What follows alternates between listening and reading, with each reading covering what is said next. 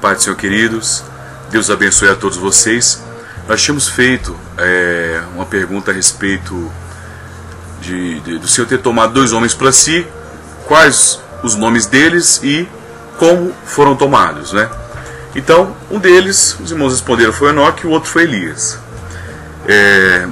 Eu gosto de perguntar para que os irmãos respondam sem procurar na internet ou na palavra, para a gente exercitar aquilo que a gente tem aprendido na igreja, né? A gente tinha perguntado recentemente a respeito de Paulo, de Saulo, a diferença dos nomes, e foi bem interessante. Se os irmãos repararem, muitas vezes a gente vai escutando e a gente não confere, e a gente vai falando errado. Então é bom que a gente seja como os crentes de Bereia, a gente sempre vai na palavra, tá? Então, a respeito de... Eu vou falar de Elias primeiro. Eu fiz até uma consulta em várias outras versões da Bíblia, né? A nova tradução na linguagem de hoje, a revista Almeida, a tradução Almeida Revista Atualizada, Almeida Revista Corrigida e a tradução brasileira, né? Então, é interessante porque a nova linguagem hoje, o título é Elias elevado para o céu. A Almeida Revista Atualizada é Eliseu é sucessor de Elias. A Almeida Revista Corrigida, olha o título, o que diz? Elias é elevado ao céu num carro de fogo. E a tradução brasileira, Elias é elevado ao céu num carro de fogo. Então a gente vê o título e às vezes a gente quer pregar em cima do título, e isso é errado. Salvo engano, depois os irmãos podem até conferir, mas quando o Senhor Jesus aparece aos seus discípulos, ele aparece a 11 discípulos, melhor, a 11 não, a 10, porque Judas já não estava e Tomé, ele não estava quando o Senhor Jesus apareceu a primeira vez. Só que o título está dizendo lá, Jesus aparece aos 11. E se a gente for pregar isso, os irmãos verem, a gente pegou o título, a gente está pregando errado, né? Ou a gente leu ali e fala, Jesus apareceu aos 11, mas Tomé não estava e Judas tinha morrido. Então, na verdade, o Senhor Jesus aparece a 10 discípulos, mas o título está dizendo 11. Mesmo caso aqui. Então, Elias é levado ao céu no carro de fogo. E o primeiro versículo do capítulo número 2 de 2 Reis já fala isso, né?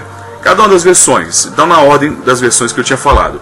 Chegou o tempo do Senhor, chegou o tempo de o Senhor Deus levar Elias para o céu num redemoinho. Logo versículo 1. Quando estava o Senhor para tomar Elias ao céu por um redemoinho, Elias partiu de Gilgal em companhia de Eliseu. A outra versão também sucedeu, pois que havendo o Senhor de levar Elias num redemoinho ao céu, ele partiu com Eliseu de Gilgal. E a última versão, que é a tradução brasileira, quando Jeová estava para tomar a Elias ao céu por um redemoinho, Elias partiu de Gilgal em companhia de Eliseu. O versículo 11, também do mesmo capítulo, aí ele fala, em cada uma das versões, e assim foram andando e conversando, de repente um carro de fogo puxado por cavalos de fogo os separou um do outro, e Elias foi levado para o céu no redemoinho. Essa foi a versão na linguagem de hoje, a Almeida Revista Atualizada, o versículo 11. Indo eles andando e falando, eis que um carro de fogo com cavalos de fogo separou um do outro, e Elias subiu ao céu no redemoinho. A versão corrigida, que é a que a gente costuma usar, a maioria dos obreiros, dos irmãos usam na igreja, né? É a versão corrigida. E sucedeu que, indo eles andando e falando, eis que um carro de fogo com cavalos de fogo os separou um do outro, e Elias subiu ao céu no redemoinho. E a última versão, que é a brasileira, caminhando eles ainda e conversando, eis que apareceu um carro de fogo e cavalos de fogo, os quais os separaram um do outro. Elias subiu ao céu por um redemoinho. E eu estou com a Bíblia judaica aqui. Agora eu fiquei até curioso também, tá? De conferir. Mas só para os irmãos entenderem, então já, isso dentro da palavra, a gente pega o título diz o quê?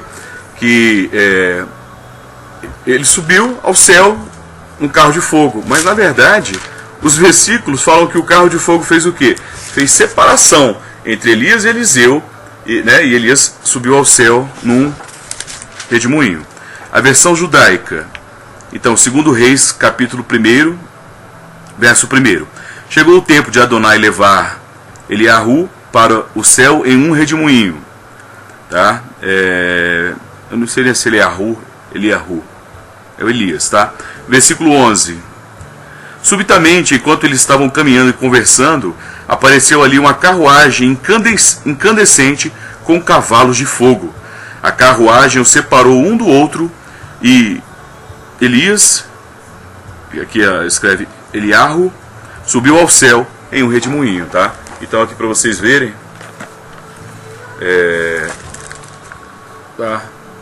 Bíblia judaica também, ok? E agora eu deixei Enoque para o final, porque Enoque é bem interessante em algumas questões.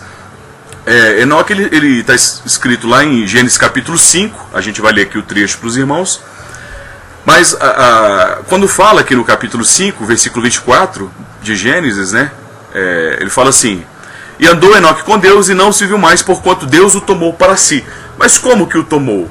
Aí a gente vai ver lá no Hebreus capítulo 5, que na verdade eu até esqueci de abrir aqui, mas eu vou abrir agora. Desculpa, Hebreus capítulo 11, versículo 5. Se eu não me engano é isso, não Hebreus capítulo 5. Vamos lá. Aqui. Pela fé Enoque foi trasladado para não ver a morte, e não foi achado porque Deus o trasladara, visto como antes da sua transladação alcançou o testemunho de que agradara a Deus. Na versão brasileira, diz assim, mesmo sentido, que foi trasladado. A versão corrigida também, e a versão na linguagem de hoje, foi levado para Deus, ninguém o encontrou. Depois eu posso até conferir na versão judaica, mas o que é o caso aqui do trasladar? Ele ser arrebatado. Então Enoque foi arrebatado, tomado de vez, repentino, né? Levado ali para o céu. A versão judaica diz assim: pela confiança, Enoque foi tirado desta vida sem ver a morte. Ele não foi encontrado porque Deus o havia levado, porque foi reconhecido antes de ser levado como alguém que agradou a Deus. Amém. Tá? Agora é interessante, só para a gente poder fechar, quando a gente lê lá em Gênesis, e a gente vê que a vida da igreja ela tem que ser como foi a vida de Enoque, né? O versículo 21 ao 24 ali em Gênesis 5 fala assim: e viveu Enoque 65 anos e gerou a Matusalém.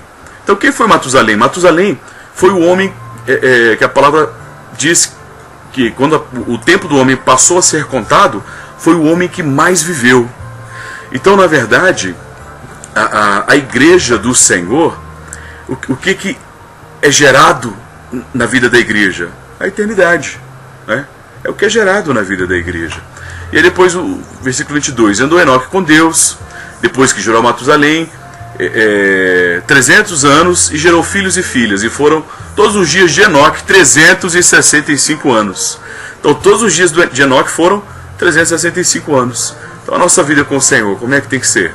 365 dias por ano andando com Deus. A gente não pode, hoje anda, amanhã não anda.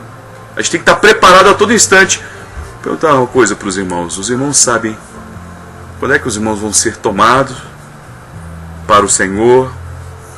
Quando é que o Senhor vai arrebatar a sua igreja? Ou caso o Senhor queira levar algum dos irmãos antes? A gente não sabe. Então a nossa vida tem que ser como foi a vida de Enoque. 365 dias por ano, ano bissexto, né? 366 dias no ano, a gente andando com o Senhor a cada instante, cumprindo a vontade do Senhor, fazendo a vontade do Senhor. Por quê? E andou Enoque com Deus, versículo 24, e não se viu mais, porquanto Deus o tomou para si. E é o que a gente aguarda, né? É o nosso nome, o nosso lema, Maranata. É o quê? Vem Senhor Jesus, o Rei vem, né? O Senhor Jesus vem. É o que a gente aguarda, o que a gente vive, o que a gente prega, o que a gente participa a cada instante. Deve ser a cada momento isso, andar com o Senhor todos os dias, aguardando o grande e glorioso dia da volta do Senhor Jesus. Deus abençoe a todos, a paz do Senhor Jesus.